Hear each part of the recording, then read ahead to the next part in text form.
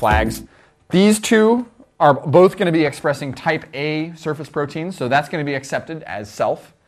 The real problem is going to be this type AB blood, right? The type A markers, that's going to pass without comment, but the type B markers are going to stand out like a sore thumb and going to cause the immune system to attack it, all right? So that's going to be our correct answer right there. All right? Make sure you understand the blood typing, because I guarantee you there's going to be at least one question on there, all right? Now, let's take a look at this question. This is a picture question, and there's a description that goes along with it, which let me just read for you. It's too long for me to write out and draw the picture both, okay? It says that aphids are insects that insert their needle-like mouthparts into plants. Sometimes fluid from the plant tissues passes entirely through the digestive tract of the aphid and emerges as a small droplet at its posterior end, so out of its butt, basically.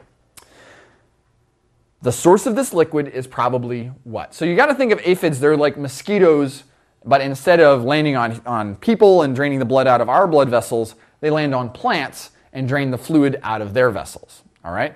And what's happening here is, what is this fluid emerging from digestive tract? Why are they telling you that?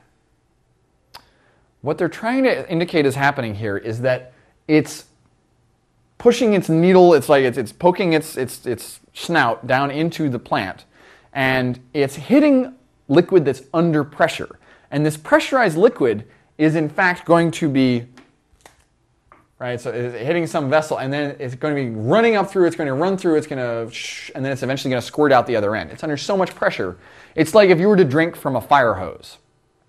If you put a fire hose in your mouth and you turn it on, it's going to be under so much pressure, it's going to push water all the way down your esophagus, through your stomach, through your intestines, right? And eventually it's going to start coming out of your butt, all right? Same thing is happening here. It's under so much pressure. So we know we're looking for fluid under pressure, first of all. So we can look at these answers and we can go ahead and eliminate the epidermal cells and the tracheids, right? That is the outer layer of the plants. That's there to provide a barrier against moisture loss. Tracheids are there to help let gas flow, okay? So it's neither of those. We got phloem, xylem, and vessels. Now, you want to watch out at this point, right? You don't want to just answer vessels when you've got both phloem and xylem as options, because it's a little too general. And if they're giving you both options for a specific answer, chances are good that it's one of those, right? If it's a vessel in a plant, it's got to be either xylem or phloem, right?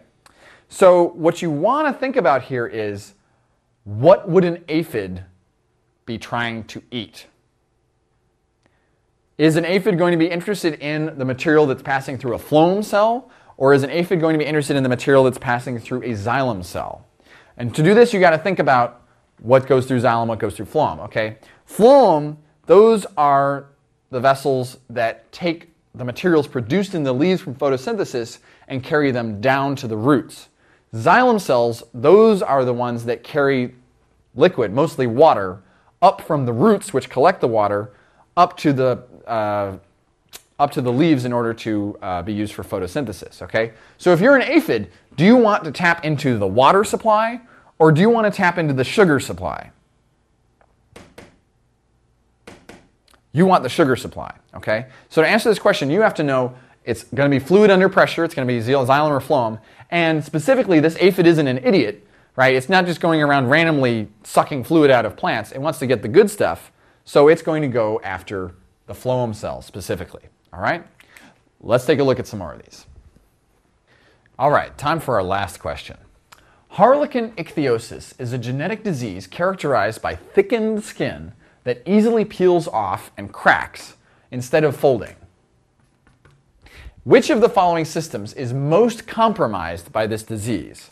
Excretory, immune, digestive, circulatory, and endocrine. So this is kind of one of those accept questions you got to be careful about, because it's asking for which is the most compromised. A system becomes compromised when it's not able to function properly as a result of whatever it is that's happening to it. Okay? So Harlequin ichthyosis, it's a terrible disease, and most of the people who are born with it don't make it out of infancy, and they look pretty horrible because they have all these, their skin is constantly cracking, and they have all these like red lines, and you can see through the skin and through the cracks you can see the meat underneath. It's really pretty disturbing, and The key part here is to think about, okay, the skin is thick, right? We got to look at the symptoms because that's going to tell us what's being affected, right? We've got thickened skin that peels off and cracks instead of folding. So your skin normally is supple, and you can when you bend and fold your arms, the skin bends and folds with it, right? But in harlequin ichthyosis, if I went like this with my arm, I would have my skin would crack open right there, okay? So what would having cracks in your skin compromise? All right, let's think about this. Okay, so endocrine system, we're talking about breaks in the skin. Endocrine system is all about glands and hormones. Now, all of these are going to be affected by this illness, but some of them are going to be most affected, and that's the ones we want to find, okay? Endocrine system is probably going to be minimally affected. There's going to be a fair amount of stress in the system, so there's going to be stress hormones, but it's probably not going to have a compromising effect on its function and make it unable to work, okay? Next up, digestive system is probably going to be largely unaffected by this because it's not going to keep you from digesting food, right? You can still chew, you can still swallow, you can still digest, you can still get nutrients from it. So it's not going to be a problem, okay? Excretory system is going to be affected by this because you excrete through your skin. When you sweat, you're getting rid of toxins that way. You're getting rid of excess water. You're getting rid of excess minerals and stuff. So the excretory system is going to be affected by this, by having this thick skin that has a hard appearance to it, okay? I bet that the sweating is affected by this, okay? Circulatory is going to be affected by this because when you crack the skin, that's going to mess with all the blood vessels in the skin, and you're going to get bleeding as a result. But that's mostly going to be bleeding that occurs in the small subdermal vessels, and they don't have a tremendous amount of blood flow usually, all right? Most of the major blood flow is going to be happening deeper inside the body in the major blood vessels, okay? Lastly, we have the immune system. Now, you may be thinking the immune system, that's all, white blood cells, that's happening in the bone marrow, that's antibodies and that sort of thing. But you have to remember that the function of the immune system is to protect the body from outside infection. And the main thing, the largest single part of the immune system is, without question, the skin. Because it's the skin's job to provide a barrier between your body and the external environment. And if your skin is constantly forming these cracks, that means that you constantly have these open invitations for any bacteria or pathogens to enter into your body and start creating an infection, right? Your skin is a very effective barrier against illness because it secretes all these chemicals on it, and it's all just this outer layer of dead skin, and there's nothing for a bacteria or whatever to latch onto and to feed off of usually, okay? But if you have all these cracks in the skin, that means that there's always easy entry points for pathogens. So you have to think very carefully about, it's not about which one of these systems is going to be injured.